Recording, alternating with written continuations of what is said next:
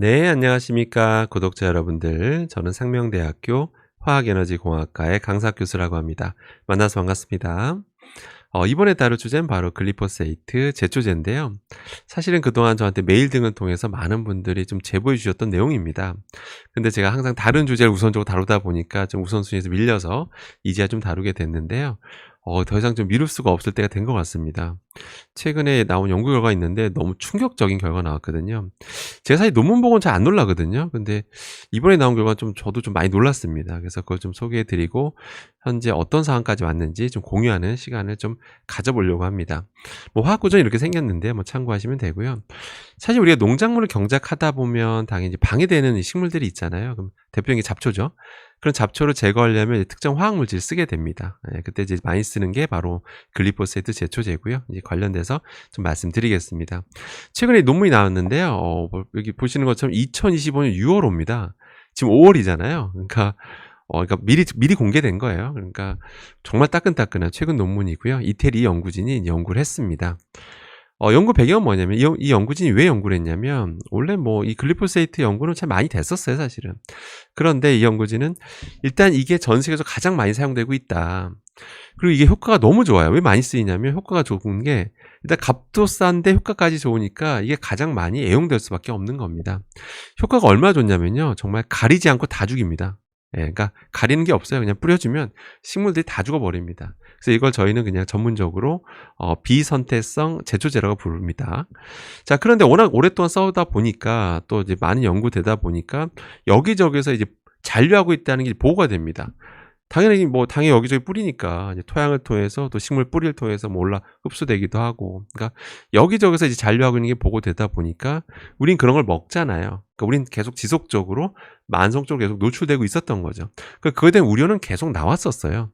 그러다 보니까 연구도 하다 보니까 그동안 다양한 독성들이 나타났는데 뭐 유전 독성 등에 대한 우려가 나타났고, 그러다 보니까 당연히 뭐 OECD 국가들 기준, 그러니까 선진국 기준으로 대부분 나라별로 기준치를 세워서 이제 관리하고 있는 그런 화학 물질이다라고 이제 보면 되겠습니다.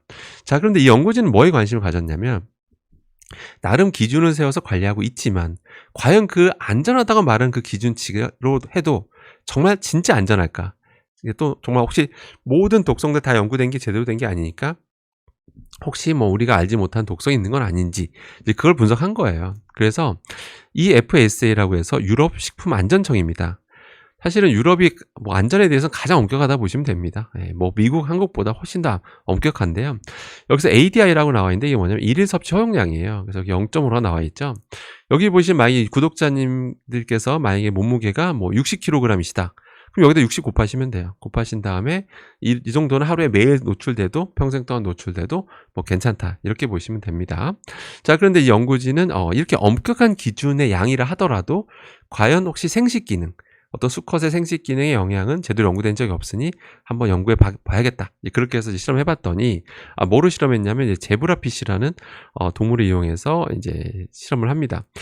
이걸 왜 많이 하냐면 인간과 유전적으로 유사성이 굉장히 높습니다. 그래서 이걸로 이제 실험을 했는데 결과가 되게 복잡하게 나와 있는데 그냥 핵심적인 것만 말씀드리면 소위 말하는 우리가 그동안 안전하다고 믿고 있던 그 용량, 그 안전하다 말한 용량에서조차도 어떤 생식계 구조적, 분자적 변화를 유발하더라. 한마디로 독성을 유발한다는 거를 이 연구진이 세계 최초로 밝혀냈다라는 거죠. 그러니까 저도 사실 많이 놀랐습니다. 왜냐하면 유럽 기준 너무 엄격하거든요. 근데 그렇게 엄격하다는 안전한 기준에서도 저런 독성류가 나타났다고 하는 건 너무 충격적이라고 할 수가 있죠. 그러다 보니까 이 연구진이 결과적으로 이 유럽 안전청에 대해서 그동안에 말하는 그 안전 기준을 다시 한번 재검토할 때가 됐다. 재검토할 필요성이 있다라는 거를 이 연구진이 최초로 이제 제시하게 되는 거죠. 자, 그러면 이제 많은 분들이 이 영상 여기까지 보시면 유럽의 기준이 저 정도면 우리나라 기준은 어느 정도일까 궁금하실 것 같은데요. 우리나라 기준을 말씀드리겠습니다. 우리나라 그 일일 섭취 허용량 기준은 0.8입니다. 0.8. 아까 유럽은 뭐시라고 그랬죠? 0.5였죠. 그러니까 우리가 더 관대하다는 뜻입니다. 그 유럽이 더 엄격하고요. 0.8도 이렇게 다른 나라에 비해서 높은 편, 그러니까 엄격한 기준이긴 하지만 유럽 기준 대비는 우리는 좀 더 관대한 편이다라고 보시면 됩니다. 그러니까 이걸 기준으로 당연히 우리 농약 잔류 허용 기준이 세워져 있습니다. 그러니까 우리가 하루 동안 이게 섭취 허용량을 딱 저렇게 0.8에 정해 놓고 또 우리가 일반적으로 여러 가지 먹는 양이 있잖아요. 그 먹는 양들을 따져서 각 농산물별로 이제 농약 잔류 허용 기준, 뭐 감자면 감자, 옥수수면 옥수수, 뭐 고구마 이런 식 각 식품별로 농약 잔류 허용 기준을 세워 놓은 건데 이게 상대적으로 유럽보다는 좀 더 관대한 수준이다라고 보시면 되겠죠. 그러면 여러분들이 눈치 빠르신 분들은 이해하셨을 거예요. 유럽같이 아까 엄격한 기준을 가지고 실험해 봤는데도 어떤 생식 독성이 나타났잖아요. 근데 우린 좀 더 관대하다 이겁니다. 예, 그럼 과연 이 0.8이 안전하다고 말할 수 있는 수준인지 우리는 다시 한번 생각할 때가 된 거죠. 그래서 사실 이 안전 기준이라는 거는 시간에 따라 바뀝니다. 이 0.8이라는 숫자도요. 이건 2025년 기준인 거지. 과연 2035년에 이때를 돌아본다면 아마 그동안 또 독성이 또 많이 쌓일 거잖아요. 결과가 쌓이면 2035년 되면 옛날엔 되게 너무 우리가 관대했잖아라고 이제 그렇게 판단할 때도 올 수도 있다라고 여러분 생각하시면 되겠습니다.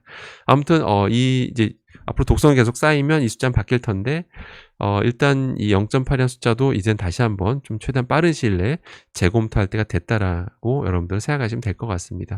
저도 다양한 경로를 통해서 식약처에 좀 많이 저도 건의를 해보도록 하겠습니다. 결론입니다. 오늘 글리포세이트 제초제에 대해서 알아봤는데요. 세계적으로 많이 쓰고 있고요. 그래서 이거는 사실 당장은 여러분들이 뭔가를 하실 수 있는 건 좀 없습니다. 이거는 정부가 더 엄격하게 이제 기준을 세우고 역시 더 엄격하게 수시로 관리 감독하는 수밖에 없어요. 이게 사실 우리나라 농산물만 관리한다 되는 건 아니고 이제 수입 농산물도 엄청 많잖아요.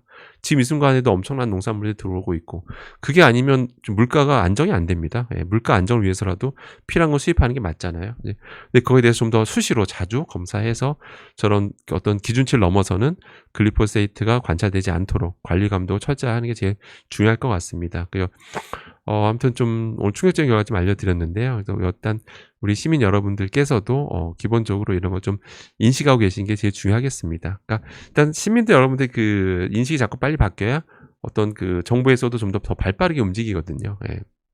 그렇기 때문에 좀 더 많은 관심이 필요할 것 같습니다.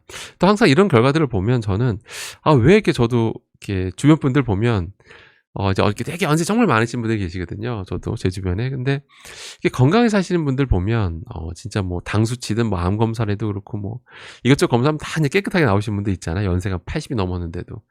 그분들 보면 공통점 하나씩 꼭 공통점 하나는 꼭 나오거든요. 일단 적게 드세요. 예, 적게 드세요.